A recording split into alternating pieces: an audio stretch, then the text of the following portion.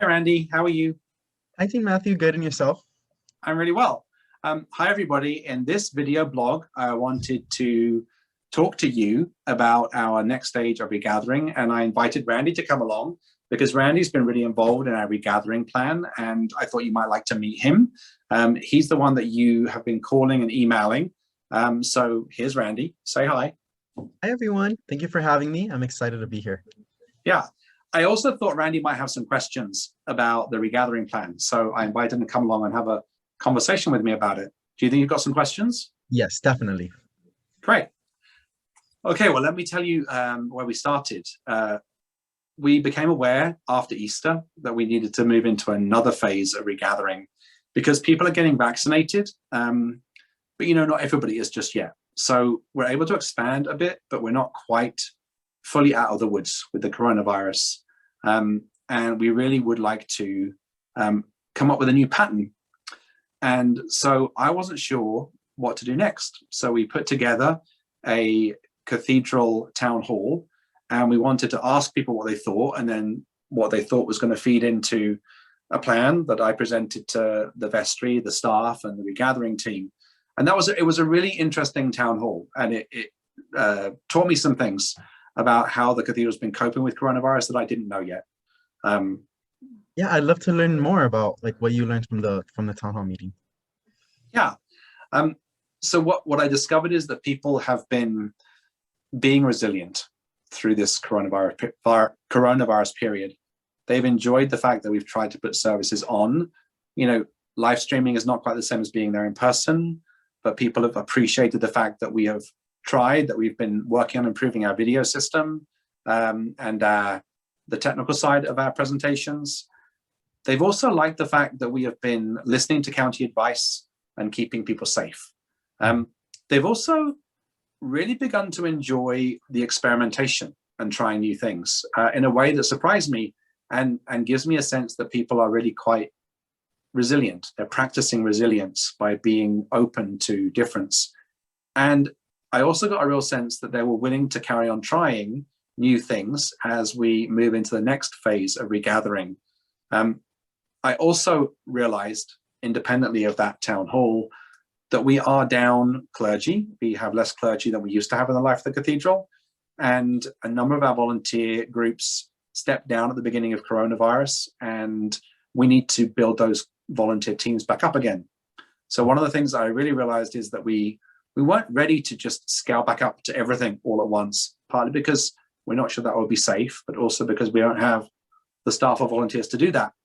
So we have developed a suggestion. I developed a plan that I presented to the vestry, the staff, the regathering team, and got their feedback on, and I want to present it to you now.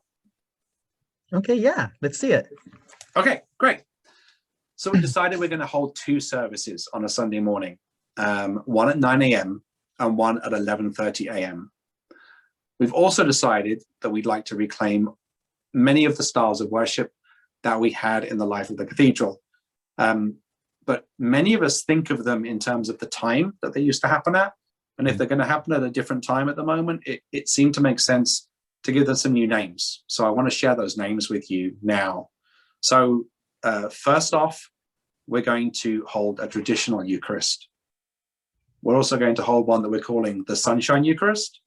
We are going to hold a celebration Eucharist, and we're going to hold a cathedral Eucharist. I wonder if you would like to know what they all are. Yes, definitely. I'm definitely excited to hear about the Sunshine Eucharist and the Celebration Eucharist. But let's start with the traditional Eucharist first. Well, I'm excited about that too, because I like the traditions of our church. We're going to be using the Rite One service, and we're going to be using organ music in the cathedral for the traditional Eucharist. Then the Sunshine Eucharist is going to use some of the traditions of the family Eucharist that Kathy Hopner has been running for a number of years, but we are inviting anybody to come along and join it if they would like to. It will be a shorter service, just half an hour. There will be no sermon. There'll be an intergenerational homily in that service. And generally, it's going to happen in Easter Park outside, which is why we're calling the Sunshine Eucharist. Not always, sometimes it's going to be inside, but most of the time it will be outside. And we're going to hold it early in the morning, 9 a.m., because that's when there's most shade in Easter Park and it's not going to be too hot.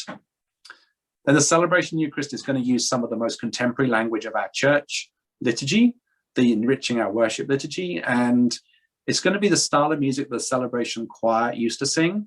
And we're going to use a cantor at first, but gradually, as we're allowed to reintroduce choir singing, we'll reintroduce the celebration choir to that service. And then we're also going to have a Cathedral Eucharist. It's going to use contemporary language liturgy, but mainly from Rite 2. And we're also going to use some of the more formal choral music of the life of our church, which people love, using the organ and a cantor at first. But again, as we're gradually able to reintroduce a choir, it will be the cathedral choir that begins to sing at that service. So, okay, let's check in again. The traditional Eucharist, Rite 1, with organ and music. The Sunshine Eucharist, which will be a family Eucharist, but anybody's welcome to come, and often it will happen in Easter Park. The Celebration Eucharist, which is going to be enriching our worship liturgy with a sermon and an intergenerational homily, and the Cathedral Eucharist, which is not going to have an intergenerational homily, but it will have a sermon. Does that make sense? Yes, definitely. Okay. And all of this is going to be in the e-news in a separate grid so that you can all have a look at it. So we're going to introduce all of these 4 services across the 2 great festivals that are coming up in May. On Pentecost Sunday at 9 a.m., we're going to hold a Cathedral Eucharist in the cathedral. At 11:30 a.m., we're going to hold a Celebration Eucharist in the cathedral. On Trinity Sunday, we're going to hold the traditional Eucharist at 9 a.m. in the cathedral, and we're going to hold the Sunshine Eucharist at 11:30 a.m. in the cathedral. So across those 2 great festivals, we're going to introduce you to all of these services. And we're going to live stream, I hope, all of them so that you can all see them at home as well. We're also going to have communion pickup on May the 22nd, the day before Pentecost Sunday, so that if you're not able to come along, you will still be able to participate in communion for Pentecost Sunday. And then once we get to the month of June, we're going to hold these services in a kind of an alternating pattern for June, July, and August. So at 9 a.m. on the 1st and the 3rd Sunday of the month, we're going to hold the traditional Eucharist in the cathedral. On the 2nd and the 4th Sunday of the month at 9 a.m., we're going to hold the Sunshine Eucharist in Easter Park. At 9 a.m., it's not too hot.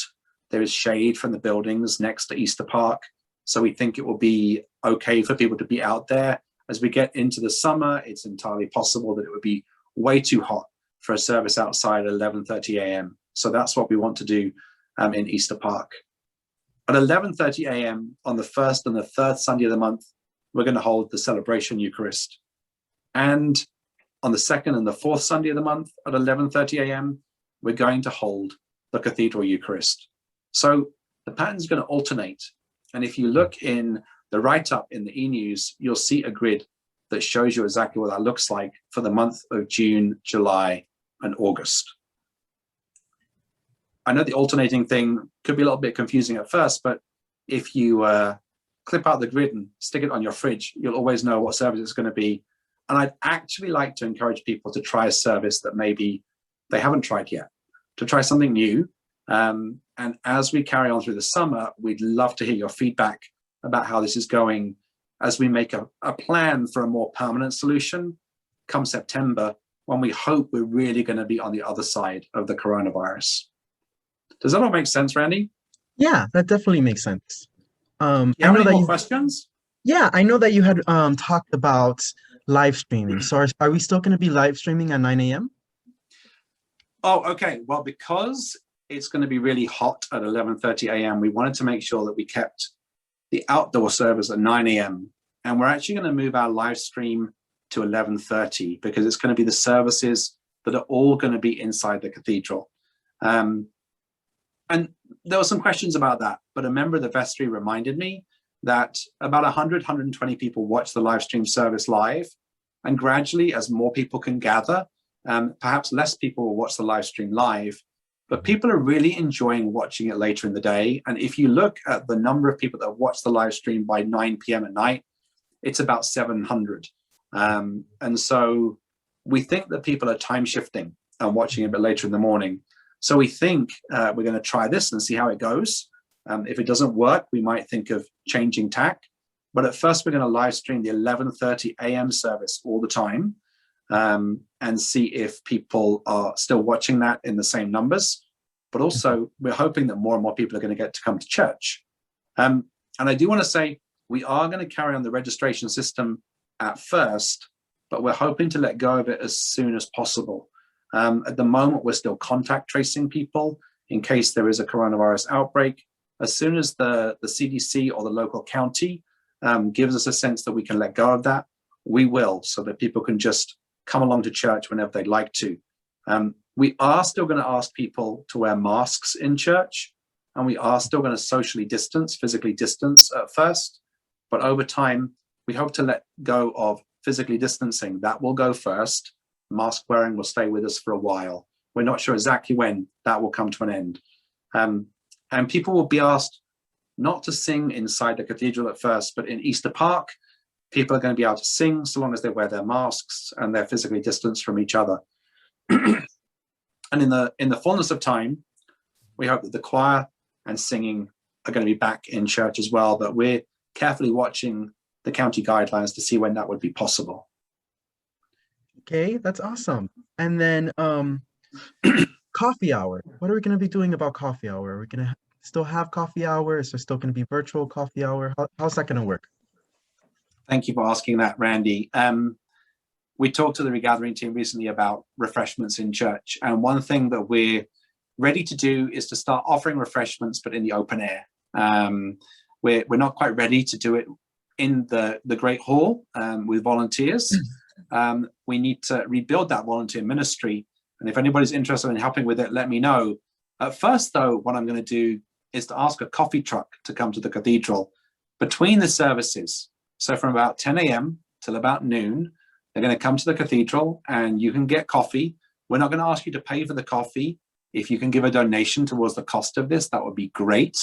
But you can just go to the coffee truck and ask for coffee, and then consume your coffee in the courtyard or in Easter Park, chatting to your friends and fellowshipping. We are still going to offer some of our virtual offerings, both the Dean's the Dean's Forum and virtual coffee hour.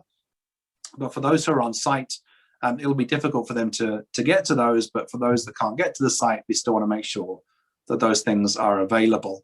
So coffee hour is going to come back gradually. And also for funerals and weddings, we're making arrangements to make refreshments possible for those activities as well. And we're excited about fellowship coming back to the life of the cathedral gradually too. Awesome. Yes, that's very exciting. Very exciting.